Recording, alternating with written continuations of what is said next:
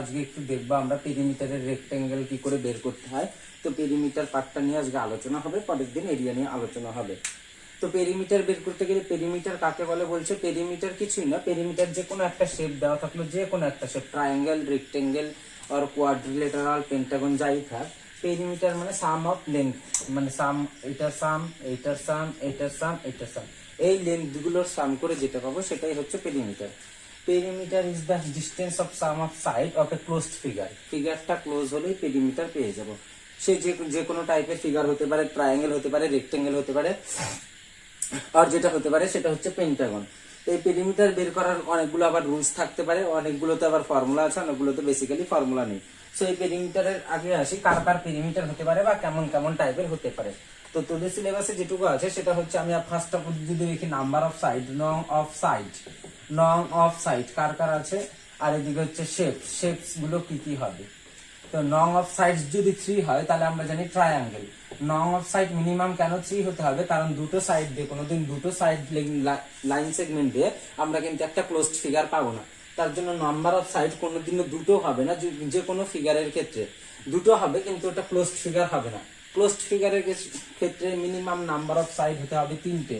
So number of side যদি 3 হয়, this figure is called one type of triangle.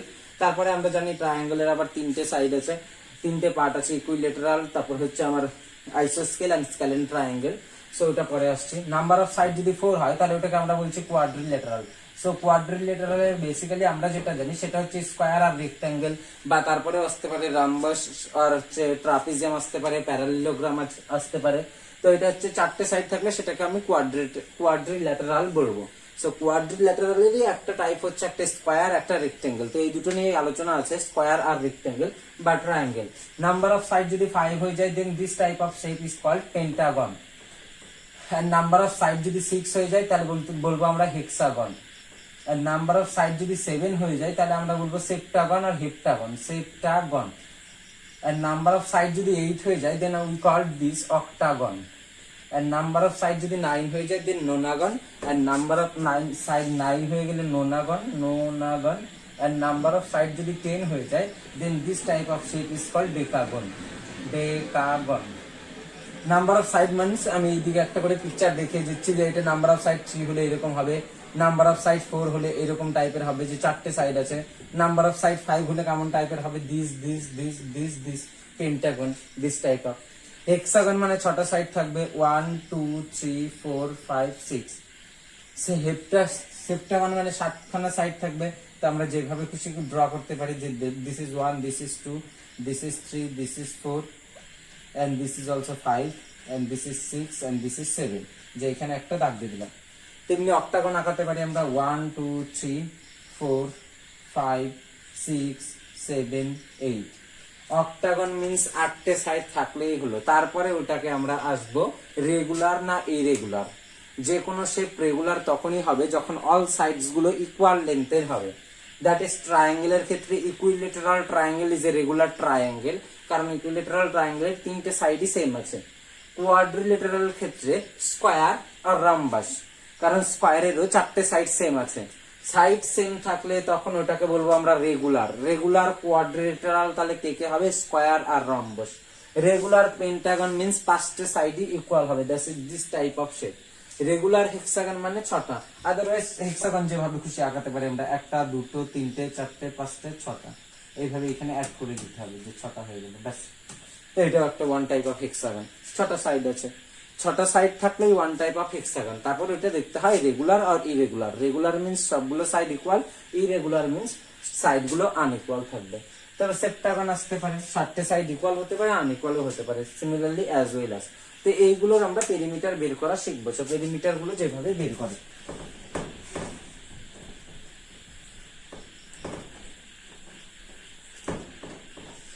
তো first of all যে কোনো শেপ দেওয়া আছে তাদের পেরিমিটারের লেন্থ দেওয়া আছে। পেরিমিটার বের করতে গেলে ফার্স্ট অফ অল আর একটা জিনিস খেয়াল করতে হবে, সেটা হচ্ছে দেখতে হবে যে লেন্থ গুলো যাতে ইকুয়াল ইউনিটে থাকে, সেম ইউনিটে দেওয়া থাকে।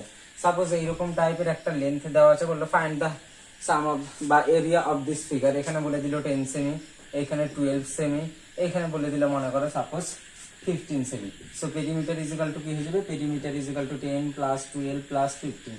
সো ইজিক্যাল টু কত হয়ে যাবে 37, সবগুলো সেমিতে ছিল সেমি। এবার যদি এইরকম থাকে এখানে যে এরকম পেন্টাগন দেওয়া আছে, suppose this type of pentagon, so perimeter equal to যে এইরকম এখানে বলে দেওয়া থাকলো 10 সেমি, এখানে 12 সেমি, এখানে বলে দেওয়া থাকলো 0.1 মিটার, বা এখানে বলে দেওয়া থাকলো 95 মিলিমিটার, আর এখানে থাকলো হচ্ছে আমার আবার থাকলো 8 সেমি, এইরকম থাকলো যে find the perimeter of this figure. So how can you find perimeter? So perimeter বের করতে গেলে যেটা বললাম যে ফার্স্ট অফ অল ইউনিট গুলোকে সেম লেন্থে রাখতে হবে। যেসব সিলেবাসে আছে সবগুলো ইউনিট অবশ্য সেম লেন্থেই আছে। যদি সেম লেন্থে না থাকে তাহলে আমরা কি করব? তাহলে সেম লেন্থে সেম ইউনিটে নিয়ে আসবো। সেম লেন্থ না সেম ইউনিট। যেমন এটা মিটারে ছিল, তো মিটারটাকে আমি কনভার্ট করবো 100 দিয়ে মাল্টিপ্লাই করলে তাহলে সেমিতে চলে আসলো, সো ইজিক্যাল টু 10 সেমি। তেমনি এটা মিলিমিটার ছিল, এটাকে 10 দিয়ে ডিভাইড করবো তাহলে সেমিতে চলে আসলো ইজিক্যাল টু 9.5 সেমি।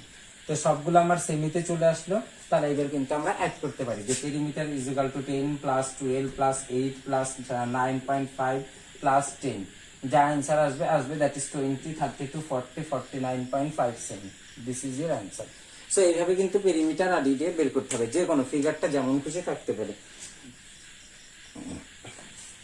সেটা নিয়ে কোনো প্রবলেম নেই।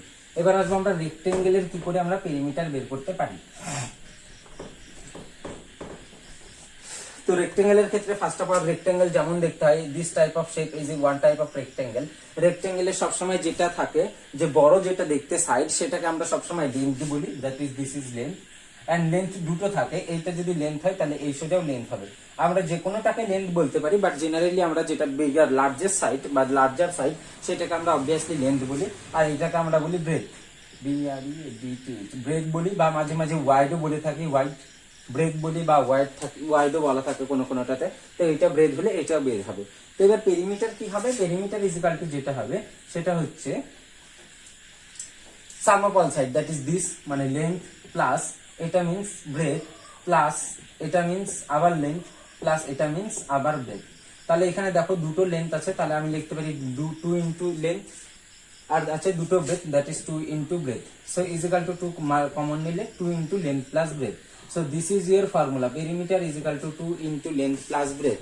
এখানে শুধু দেখতে হবে লেন্থ আর ব্রেথ গুলো যাতে সেম ইউনিটে থাকে, তাহলে পেরিমিটারটা এখানে যেটা ইউনিটে থাকবে সেমি থাকলে এখানেও সেমি হয়ে যাবে, ওইখানে মিটার থাকলে এখানেও মিটার হয়ে যাবে, এই সব দিকে যেটা সেমি থাকবে বা ইউনিট থাকবে সেই সব জিনিসগুলো কিন্তু হয়ে যাবে। এবার বলতে পারে যে এখানে আমি পেরিমিটার বের করা হয়ে গেল। দেখো এখানে তিনটা আননোন আছে, পেরিমিটার, লেন্থ, ব্রেথ। যে কোনো ফর্মুলাতে পেরিমিটার, লেন্থ আর ব্রেথ, সো এই তিনটের মধ্যে কি করতে হবে? আমাকে যে কোনো দুটোর ভ্যালু আমাকে দেওয়া থাকবে, যে কোনো কোশ্চেন আমাকে যে কোনো দুটোর ভ্যালু দেওয়া থাকবে, জাস্ট যে কোনো ফর্মুলাতে পুট করে আমাকে অ্যানাদার ভ্যালুটা বের করে নিতে হবে। কোনো সময় লেন্থ আর ব্রেথ দেওয়া থাকতে পারে, তাহলে পেরিমিটারের ভ্যালু পেয়ে গেলাম। কোনো সময় পেরিমিটার আর লেন্থে দেওয়া থাকতে পারে, তাহলে ব্রেথের ভ্যালুটা কি করে পাবো? জাস্ট এখান থেকে আমরা সিম্পলিফাই করছি, টুটা এইদিকে মাল্টিপ্লাই ছিল, এইদিকে আসলে divide equal to length plus breadth. এবার যেটা দরকার, যদি ব্রেথ ইজিক্যাল টু লিখি তাহলে p/2, এই লেন্থটা এইদিকে প্লাস ছিল, এইদিকে আসলে minus. So this is your complete. যখন পেরিমিটার আর লেন্থ দেওয়া থাকবে তখন জাস্ট এই ফর্মুলায় ভ্যালু পুট করব, তাহলে আমরা ডিরেক্টলি অ্যান্সার পেয়ে যাব।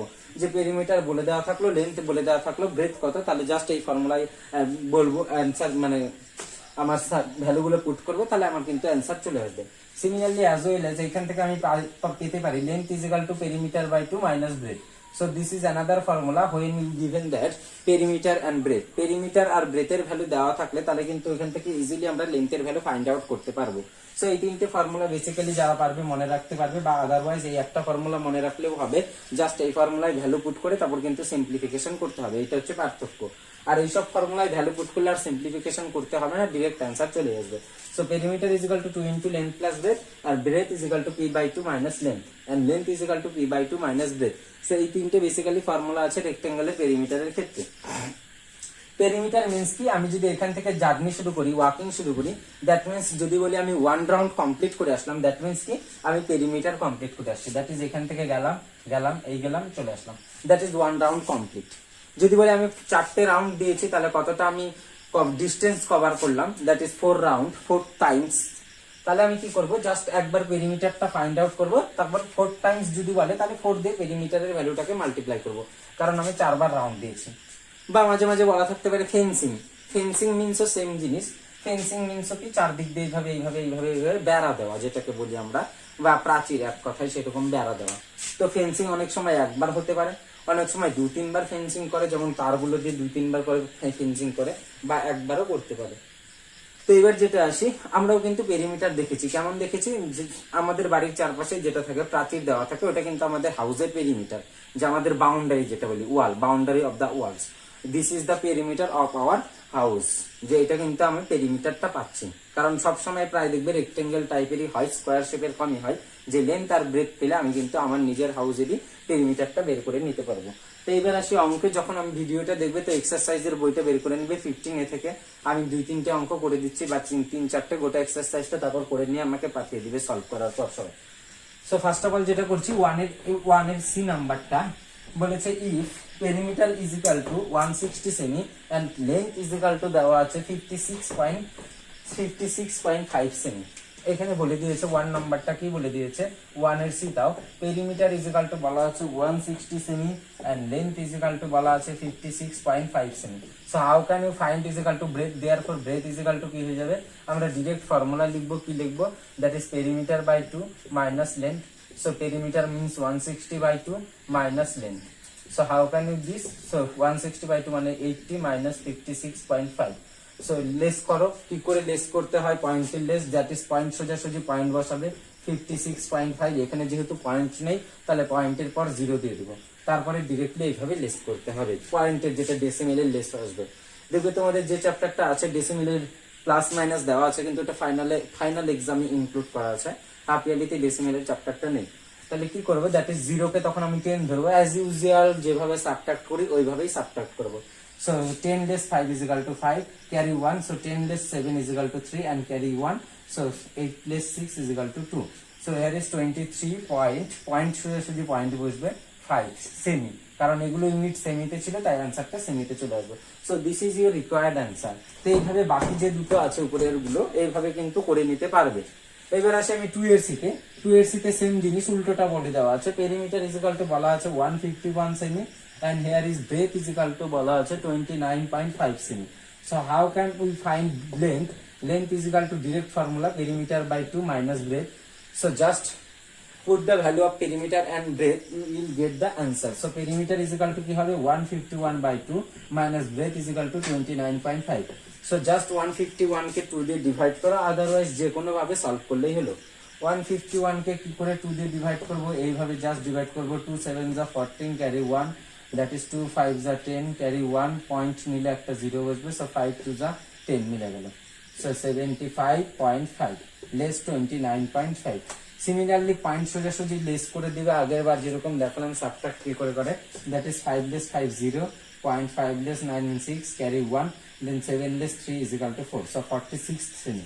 সো দিস ইজ এর অ্যান্সার। এইভাবে কিন্তু অ্যান্সার গুলো বের করতে হবে। এবার আসছি পরেরটা, 4 নাম্বারটা। 4 নাম্বার কোশ্চেনটা তোমরা একটু পড়ে নাও।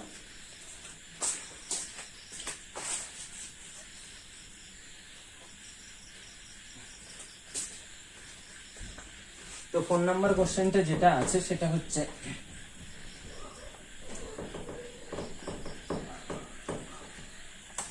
বলেছে find the cost of the fencing of A rectangular park.